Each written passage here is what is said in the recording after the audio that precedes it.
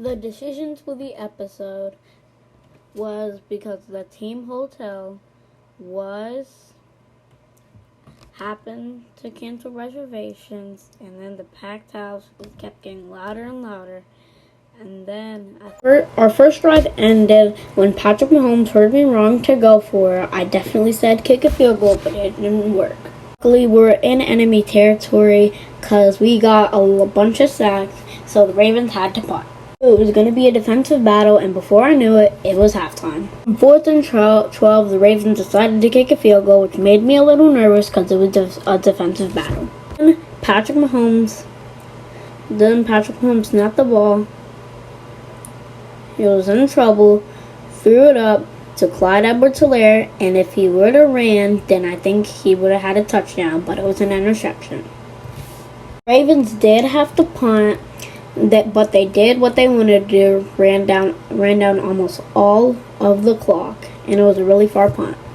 Then suddenly it was our last chance. A Hail Mary as Patrick Mahomes tossed it up, and it was in.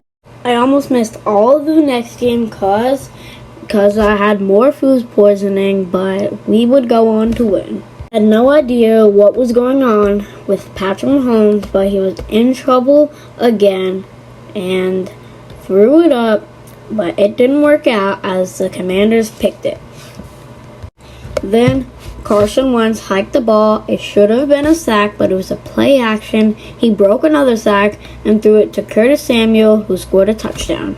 After that, on 1st and 10, Patrick Mahomes pitched it to Isaiah Pacheco, who somehow got out of it and ran all the way to the end zone for a touchdown.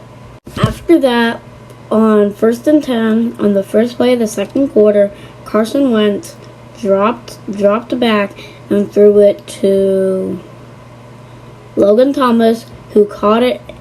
I thought we would tackle him, but we didn't, so he would go on to score a touchdown. With 53 seconds left to go in the second quarter, Patrick Mahomes snapped the ball on the goal line and passed it to a wide-open Isaiah Pacheco, who walked in for a touchdown. Then, on 3rd and 16, with a little bit to go before halftime, Carson Wentz threw to Scary Terry, who juked Juan Thornhill and scored a touchdown. Before I knew it, it was halftime. And after